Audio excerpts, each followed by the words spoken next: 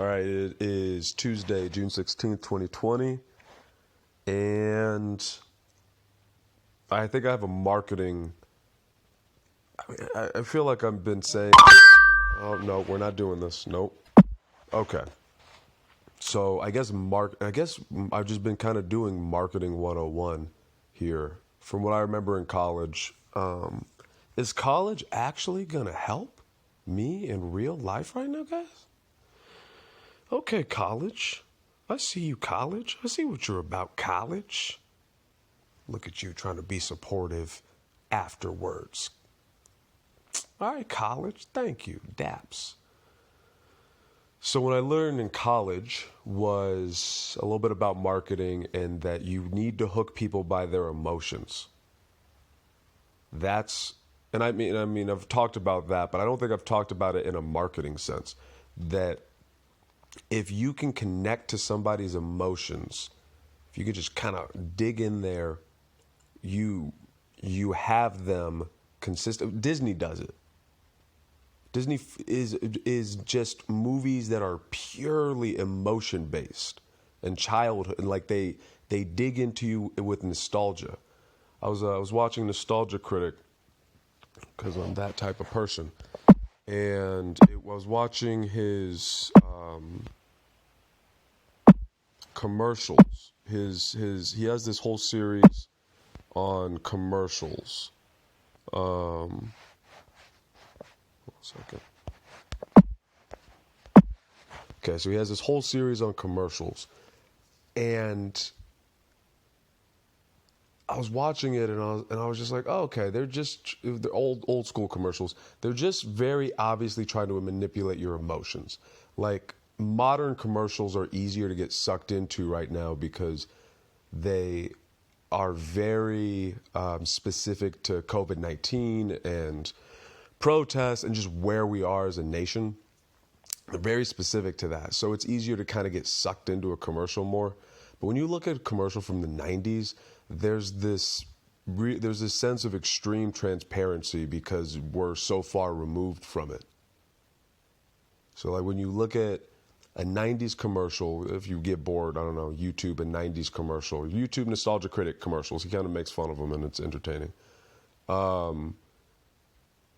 It's just really transparent that they're trying to fuck with your emotions. And it doesn't work because it doesn't have a modern context to it. And it's really creepy because it's only white people. And I think even racist people would be kind of creeped out by it. Like, I was just watching one, Nostalgia Critic was doing it. It was just watching one on My Buddy. And it's like this, one of those jingles. It's one of those fucking disturbing Shining Kids jingles. Come play with us, Danny. It was that, but the equivalent of a commercial song. It was super disturbing, and everybody was white. And it was like a relic from another time. It's super trippy. Watch an old school commercial with people. Like, watch an old school doll commercial. Super weird. But there was that, inside jokes and Nostalgia Critic's cadence. Okay, so please don't let me forget the Nostalgia Critic's cadence. Okay. Inside jokes. So what I realized was like, you have to hook people emotional. You okay? Fuck. All right.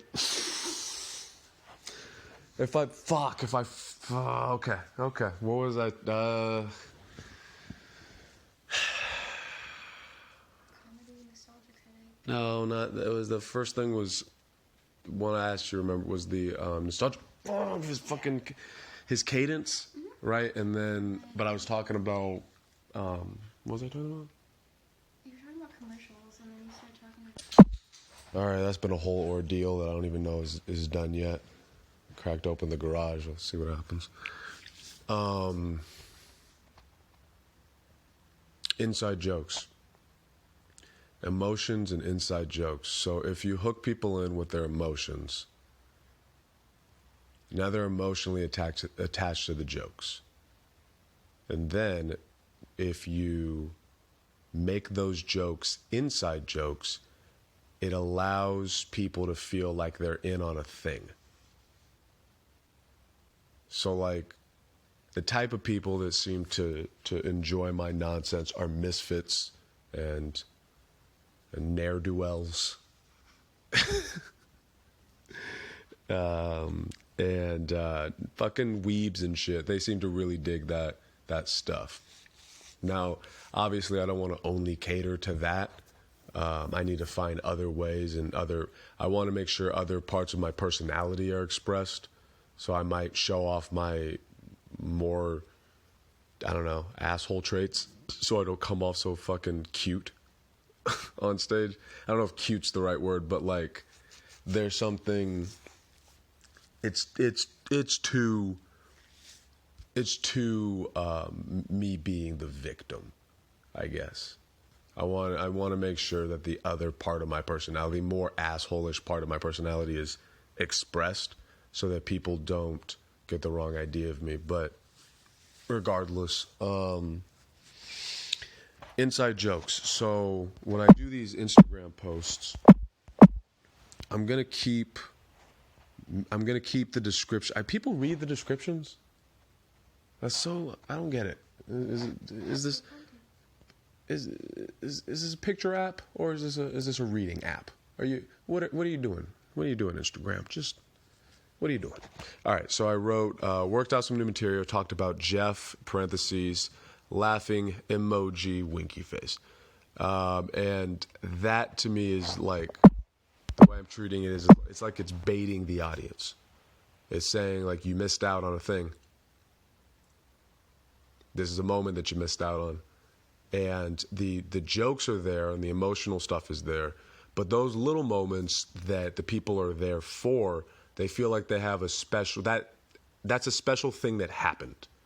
And so if I continue to cater to that feeling, the feeling that like every time you see me, because I riff a lot and I do fucking stupid shit. And so people like, even though you're seeing the same jokes, there's other angles to it, and you already have an attachment to it, and it's almost like it's like a movie. It's like you're trying to root for an underdog. That's how I'm presenting myself as an underdog, and it's very easy to root for an underdog. Whenever I get to wherever the fuck I'm gonna get, that is no longer real underdog status. I don't know if I'll get there or not, but I don't know. I'm gonna have to change my strategy from there, but.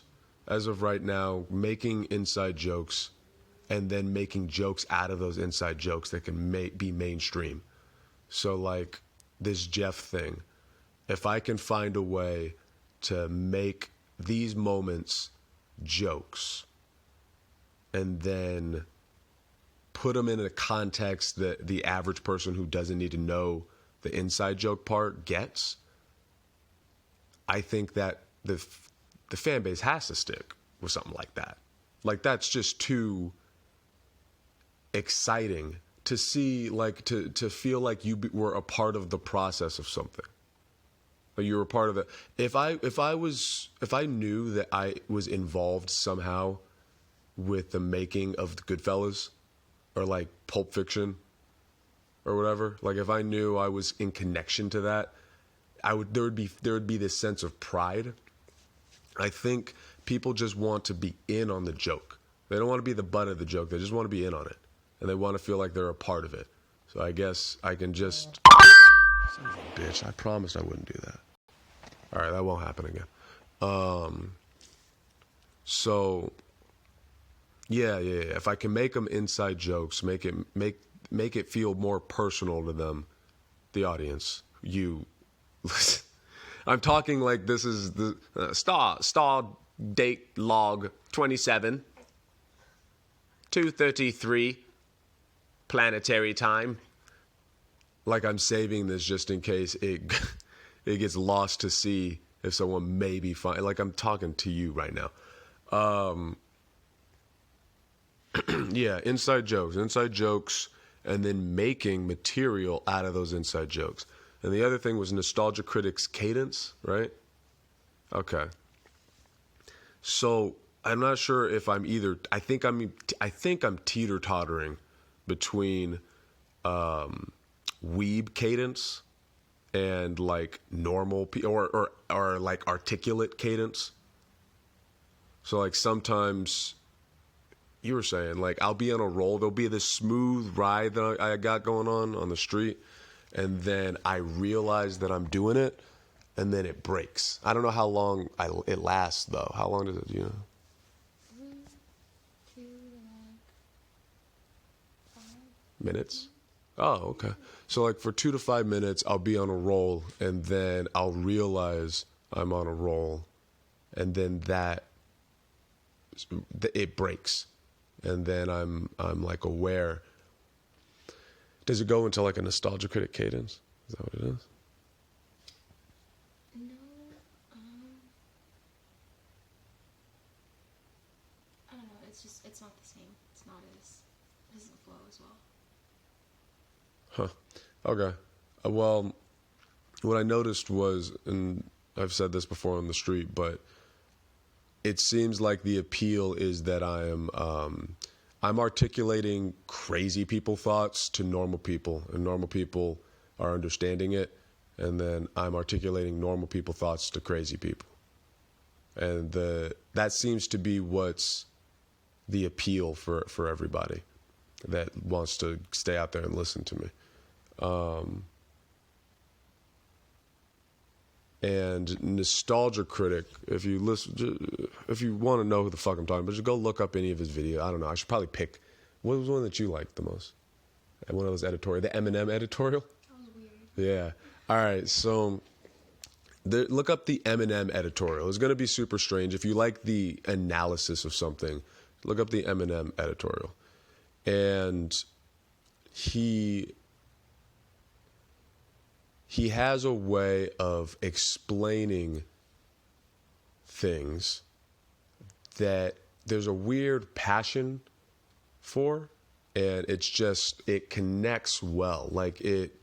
But he still has, he's offbeat. So, okay, the Eminem editorial is one thing, and then look up like one of his commercial. So it's called Nostalgia Critic After These Messages. Look up the first Yeah, there you go. There you go. That's the ticket. That's the nail on the head. That's the bullseye. That's the donkey's ass. Pin the tail on the... It was... So look up Nostalgia Critic commercials. Look up Nostalgia Critic commercials. Or after these messages, and you hear him kind of go rapid fire with jokes, like the whole thing is just jokes, but you hear, what the fuck is that? Is that a fucking wasp? Hold on. What was I saying? Nostalgia critic, the first commercial. Oh yeah. Look, okay, offbeat. Yeah, there's a cadence. There's a particular cadence that when you're listening to a weeb or a fucking nerdy person or like a real, not what's going on with the adaptation, the adopting of nerd culture. There was that thing for a while where everyone's wearing Joker shirts and Captain America shirts like they gave you know what I mean? And I don't mean that in like the snobby, pretentious, like, well, I'm actually a real nerd. I never read those fucking comics. I was definitely a movie person, but like, cause I'm a movie person. But I understood that I didn't understand those characters on that level to be rocking their shirts and shit. Like I don't relate to it on that level. That's fucking annoying. But I think that's past now. I don't think anyone gives a fuck about the Marvel Cinematic Universe right now. I think there's probably more pressing things going on. But still, my point still stands.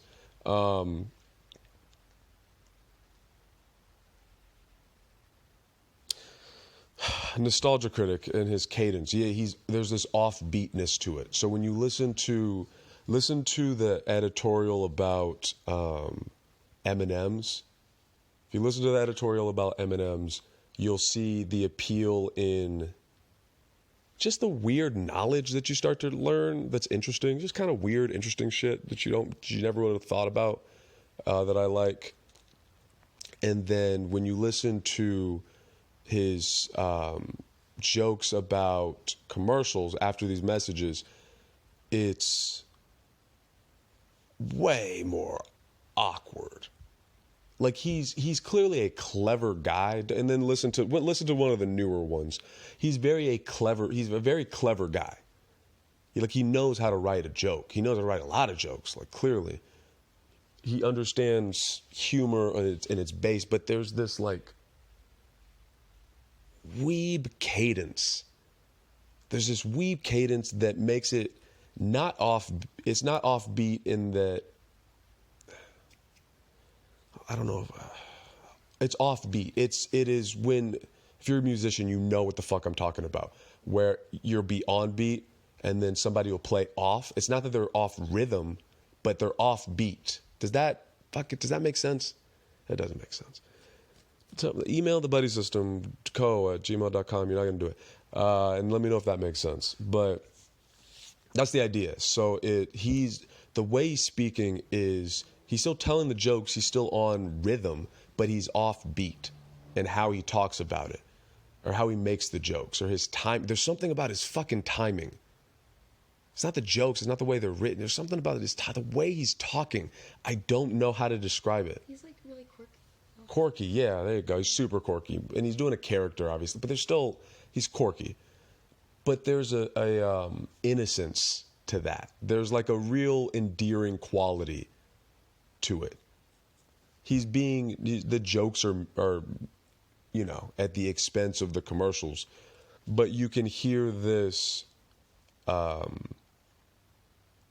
genuineness about him. Like it doesn't feel cynical. It doesn't feel, he feels like he's letting you in on the joke with him. You're all just joking around and it happens to be about commercials. And that feels good for people, especially for like weeby people that, I don't know, don't have a lot of friends or don't know how to articulate themselves in regular interactions. And there's something about that that's really appealing, that he, I don't know, there's something about it that's likable to me. It's goofy and it's awkward, and I think if I can kind of extract the awkwardness out of it, and I can just keep the sincerity and the positive feeling, I think that would be smart. So what's the summary of this? So basically,